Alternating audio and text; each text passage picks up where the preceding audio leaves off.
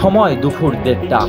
একটি মোটরসাইকেল যোগে দুইজন হেলমেট পরা ব্যক্তি গুলি ছোড়ে বাংলাদেশ চালকল মালিক সমিতির সভাপতি আব্দুর রশিদের বাড়ি লক্ষ্য করে। বুধবার কুষ্টিয়া শহরের গোশালা সড়কে এ ঘটনা ঘটে। খবর পেয়ে কুষ্টিয়া মডেল থানার ভারপ্রাপ্ত কর্মকর্তা সহ পুলিশের ঊর্ধ্বতন কর্মকর্তারা ঘটনাস্থল পরিদর্শন করেন। তবে ঘটনার সময় আব্দুর রশিদ খাজানগর এলাকায় নিজের ব্যবসা প্রতিষ্ঠানেই ছিলেন। ঘটনার পর তিনি বাড়িতে গিয়ে সিসি ক্যামেরার ফুটেজে দেখেন দুর্বৃত্তরা তার বাড়ি লক্ষ্য করে কয়েক রাউন্ড গুলি ছুড়েছে। এ ঘটনার পর তিনি জানান, সম্প্রতি কুষ্টিয়া সদর উপজেলায় বেশ কয়েকটি বড় হাটের ইজারা আহ্বান করা হয়েছে। এর মধ্যে আলচারা পশু হাটের দরপত্র কিনেছেন তারা। এই হাটের দরপত্র উত্তোলন করায় চরমপন্থী সংগঠনের পরিচয়ে হুমকিও দেয়া হয়েছিল তাকে।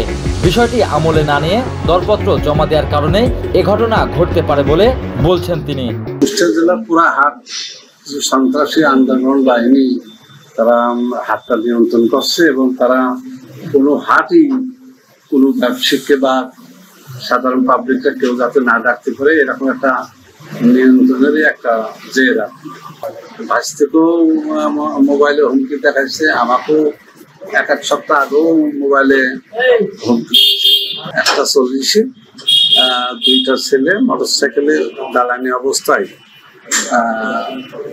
পাকা গুলি করছে। এখানে মোটামুটি লোকাল যারা এই হাট তাদের সাথে যারা জয়েন্টে আছে বা কম্বাইন্ড আছে এই পরিকল্পনায়, এর ভিতরে বিপ্লব আছে। এই হাটকে কেন্দ্র করে তারা এরা হাটটা তাদের মাধ্যমে তারা নেওয়ার জন্যই এই প্রক্রিয়া করছে এবং তারা সবসময় এই ব্যাপারে তৎপর আছে। তবে ঘটনাস্থল পরিদর্শন করে কুষ্টিয়া মডেল থানার ভারপ্রাপ্ত কর্মকর্তা মোশাররফ হোসেন জানান, ঘটনাস্থল থেকে গুলির খোসা জব্দ করেছেন তারা। পুরো বিষয়টি নিয়ে পুলিশের একাধিক দল ইতিমধ্যে কাজ শুরু করেছে।